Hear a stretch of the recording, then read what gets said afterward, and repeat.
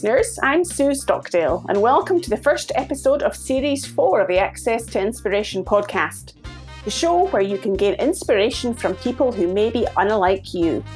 We hope their stories and insights enable you to transcend your day-to-day challenges and reflect on what you are capable of achieving.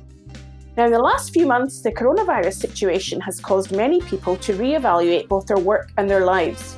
And I'm delighted to say that today's guest, Navi Radjou, describes himself as a leadership thinker, and I'm sure he's got a lot to say that will inform our thinking on the subject. In fact, his latest book, Frugal Innovation, was published and shows how companies can innovate faster, better, and sustainably. His TED Talk on the subject has garnered nearly 2 million video views. And his next book, coming out in 2021, The Conscious Society, is about reinventing how we consume, work, relate, and live. Welcome, Navi, to the podcast. Thanks for having me, Sue. It's great to speak to you. As you describe yourself as a leadership thinker, I'm wondering how you think about thinking.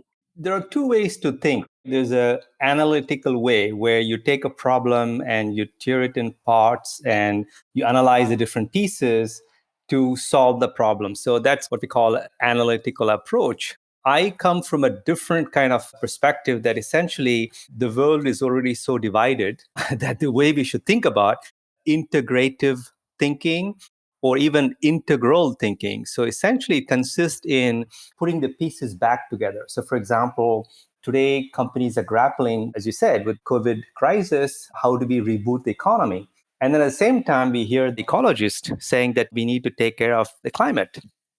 And these two seems to be often opposites, kind of contradiction. And the businesses actually struggle to reconcile profitability and sustainability. So that's what I mean by integrative thinking is everything I do is to figure out how can we bring together different concepts that often don't talk to each other or are not reconcilable. Like, for example, frugal innovation. The term itself sounds like an oxymoron because frugal, you cannot innovate frugally. You think innovation, you think about big R&D labs with billions of dollars invested in, like we do in Silicon Valley. And similarly, when you think about innovation, like an iPod or some fancy gadget, it is not frugal. So that's what I do. I tend to look for new concepts that bring together ideas and phenomenon or even cultures that typically don't talk to each other. Would you say that your own personal experience has had a role to play in what you now find yourself doing?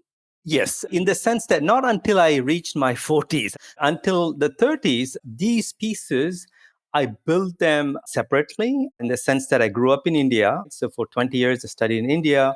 Of course, I went to a French high school. So in a way, I grew up in a multicultural environment because at home, we will speak Tamil, my mother tongue. At school, we will speak French. It is a French high school in southern India. But then around me, it's a former British colony. So you know very well that, it's all in English, right? So all the signs and magazines and everything was in English. So I grew up in this multicultural environment, but it was predominantly Indian in terms of values and culture. And then I came to France, spent 7 years studying in France. So I added another layer of kind of French culture. Then traveled around the world for a couple of years. It's Southeast Asia, Canada. Then immigrated to the US in 1999, so exactly 21 years ago. So then, of course, I spent next 10 years building my career in the US because I wanted to, live the American dream. But it's only in the late 30s, about 12 years ago, that I begin to feel the need to integrate these different pieces. That happened a bit later. So I would say that the first 37, 38 years, I was kind of focusing on collecting experiences. And it's only in the late 30s, I begin to put it all together to create something more coherent. Some might call a midlife crisis, Navi, when one's reevaluating where one's going. I don't know if you would agree with that or not.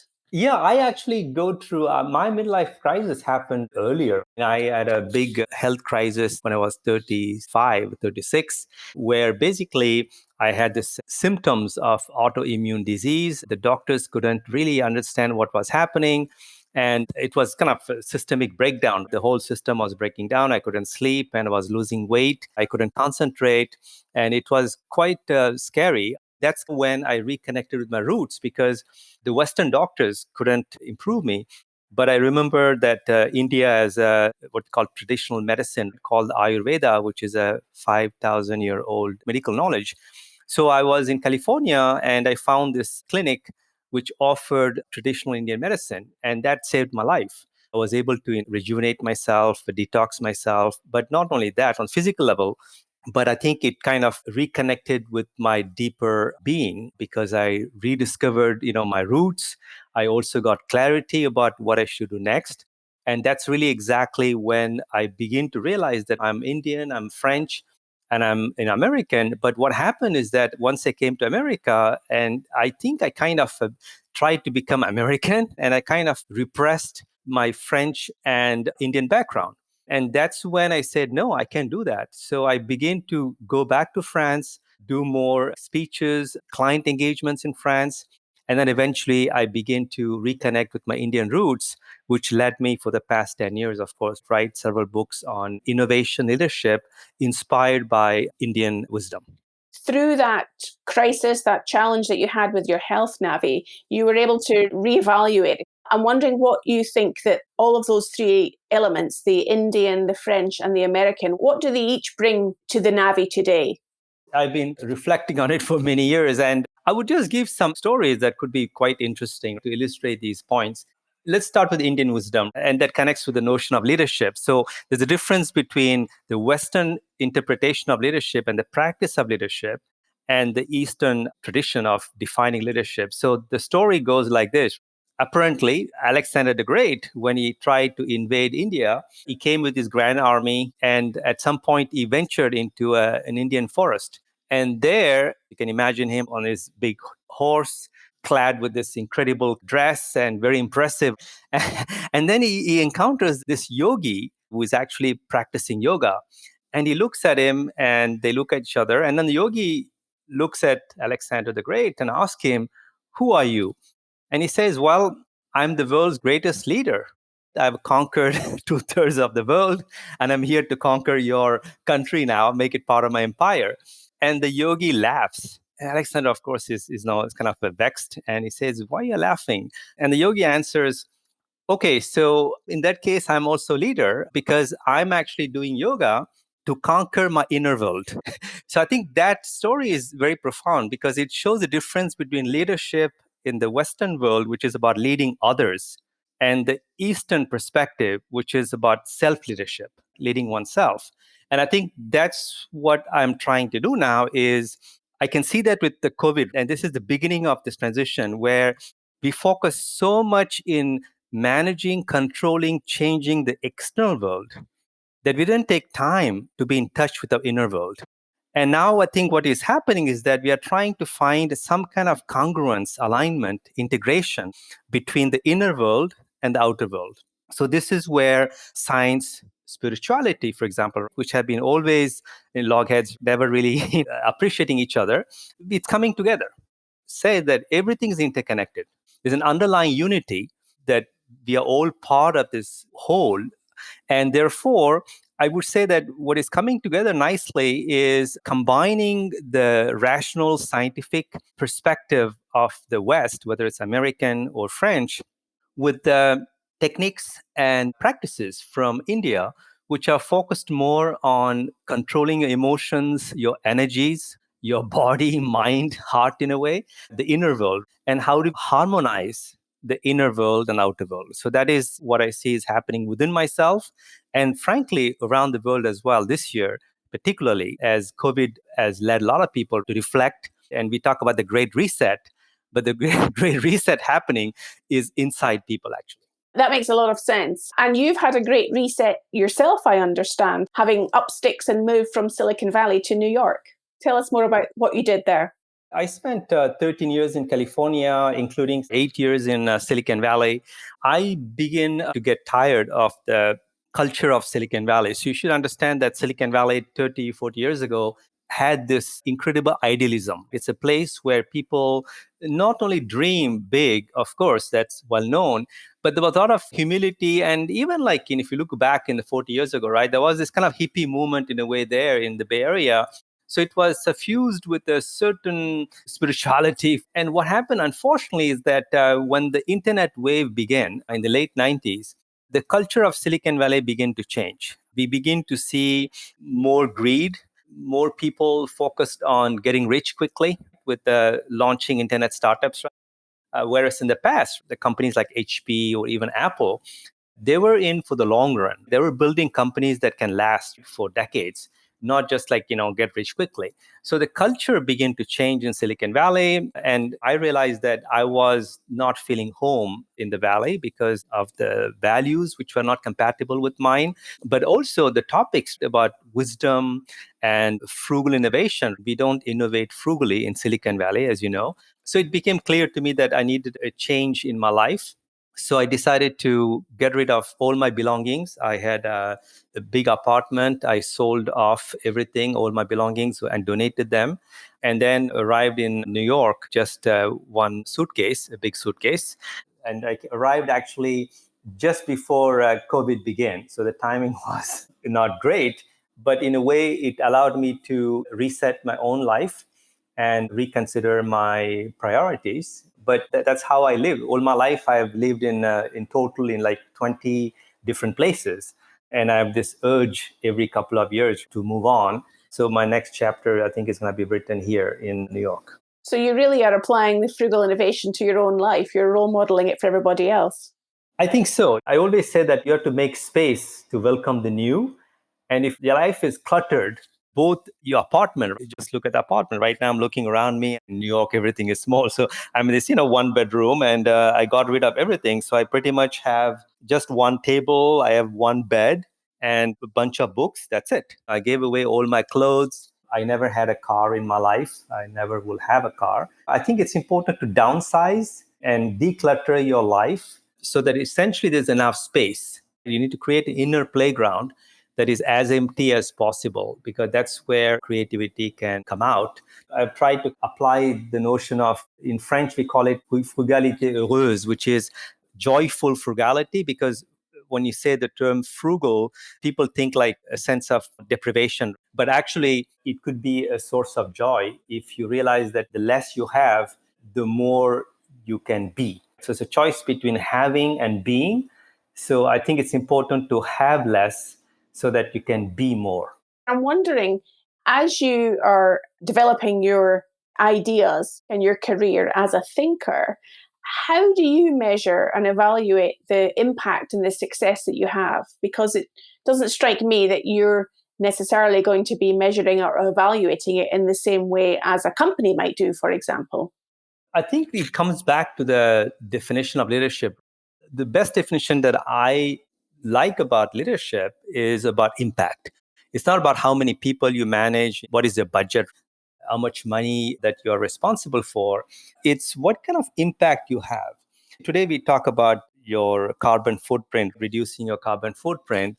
And now we talk about handprint. It's about the positive impact that you can make in society and the planet. But I would add two more prints to play with the words. So you have the footprint, which is do less harm. That's one way of leadership, which is ethical leadership, we can call it. Then you have the next level leadership, which is about making positive impact through corporate social responsibility and things like that. So that also you can measure how much good I'm doing in the world, but in a quantifiable way through charity and things like that. So that's about the handprint. But then you can think about what we call compassionate leadership, which is really about heart print. Are you touching people's hearts? Are you connecting with them in a way that they can feel the positive vibes and it kind of brings out the best in themselves? So that's enlarging your heart print. But then you have the final level of leadership for me is what I call a soul print. Are you really helping people really connect with the soul and express and realize their fullest potential? So that's how I measure, is to what extent I'm actually leaving a soul print. Because when I die, what's left of me is going to be the soul print, not the money I earned. And my legacy is going to be both my own soul print in the form of the ideas and the thoughts that I leave behind, but also the souls I touched and to what extent I basically ignited the genius within people, allow them to be authentic. So that's how I measure. I see essentially as there being a transformation in people that I interact with, they become more alive after at the end of the meeting with them. Whether I'm doing a keynote at a conference or I'm doing advisory and coaching with the CEO, I actually measure to what extent they become more alive and to what extent they give themselves the permission to be themselves. Because I think today what's happening is that everybody is so scared to be themselves.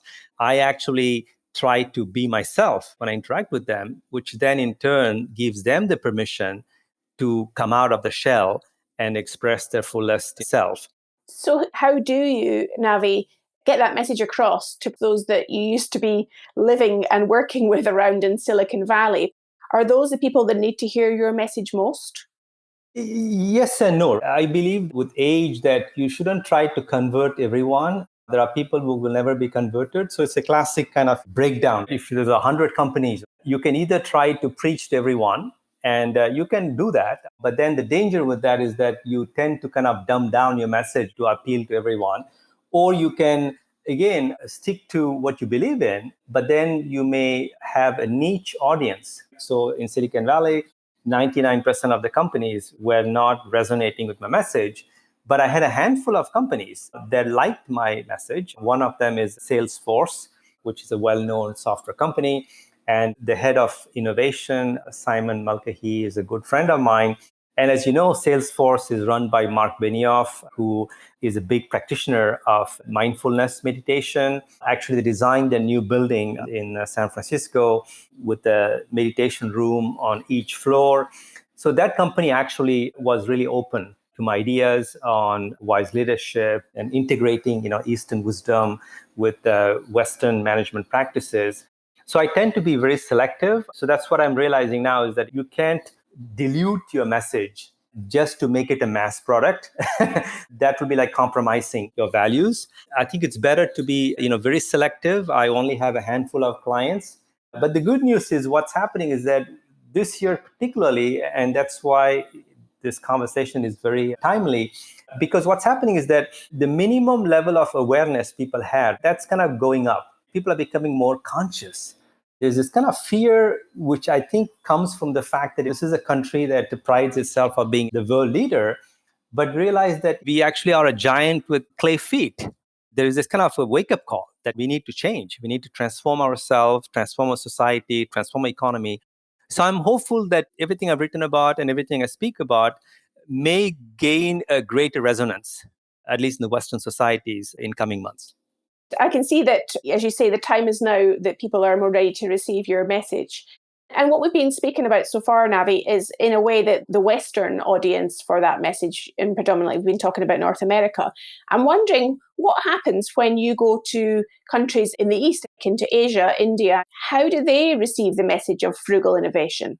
I think in India, which is the birthplace of frugal innovation, what happened is that when I first presented it maybe 8, 9 years ago, there was almost like a disdain. And the reason is because being a poor nation, people felt that you do innovate frugally because you have no choice, because you have limited means. So you have to innovate on a shoestring. So at the very beginning, 10 years ago, when I went to India, talked about frugal innovation, I didn't see much excitement. And then many things, I'm just laughing because it's amazing how the universe conspires sometime to help you. Then certain things happen very quickly. One thing that happened is that essentially there were actually CEOs who actually were opposed to this concept of frugal innovation who begin to appreciate the value of it. They begin to see how frugal innovation can be useful to make better products which are more sustainable, more affordable for poor people, for example. Therefore, it can contribute to social inclusion. If you can use fewer natural resources to make products, well, that's good for the environment as well. There was a kind of redemption of this concept of frugal innovation in India, led by influential people, celebrities, and there were even movies made in Bollywood celebrating this kind of frugal mindset. So that began to change the perception and the perspective of Indians about this concept of frugal innovation. And then COVID happened. So I'm seeing right now this incredible validation of this concept. So what it means is that India is finally reclaiming its heritage. It sounds grandiose, but in a way, it's beginning to say, you know what? We used to be ashamed of this concept, but actually, this is what we need to develop even more. And that's important because that means that each country has to own its culture. And I think, especially because of our colonial heritage, we were a bit ashamed of our own cultural capabilities in a way. And I see that changing, right? At least in India. In China, it's a different story. And that's why it's going to be interesting because China has published my book also in Chinese. And the problem with China is that they want to actually leapfrog the West. That means that they want to play the Western game of investing more in research development, science, and technology. So they have this kind of a desire to beat the West in their own game. That's why you see this rivalry between China and America, for example, in areas like artificial intelligence. China is investing billions in AI. And I'm not sure that's a good thing to do. Personally, I'm judging here, but because actually I think China has to reconnect with its cultural roots and figure out, is there a Chinese way of innovating? Is there a Chinese way of leading? And interestingly, they are beginning to do that. As we speak, in Europe right now, there is a company called Haier, which is a Chinese appliance company, the world's largest Chinese appliance company. And they are setting up a think tank in Europe right now to begin to disseminate the Chinese leadership model. And I'm sure that soon they will start talking about the Chinese innovation model as well, just like we have in India, this idea of frugal innovation. So that's interesting. That means that China and India are beginning to present alternative models of innovation, leadership, and management practices, not as being better than the West, but just presenting them as alternatives so that there is more choice now. So I think the important message I'm hearing, Navi, is not about people judging whether things are good or bad, but having availability and different options, and countries, rather than hankering after something they don't have, is to reevaluate what they do have and look at it in a different way. Absolutely. And I think this is what's going to happen. And by the way, forget about it, among countries. I think it's going to go one step further, Sue. I think it's going to happen at the micro level, at the community levels. And I see that already in France. So what's happening in France is that we always had a strong central power for the government in Paris.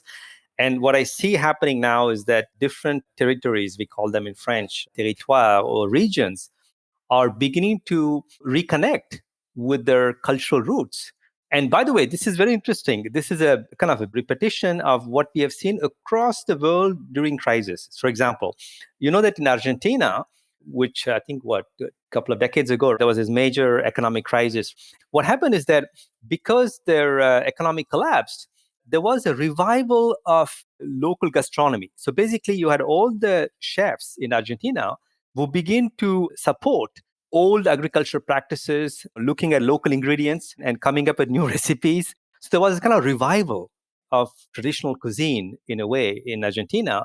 And I think we are going to see the same thing in every country, in France, in India, because of, and this is the important word, diversity.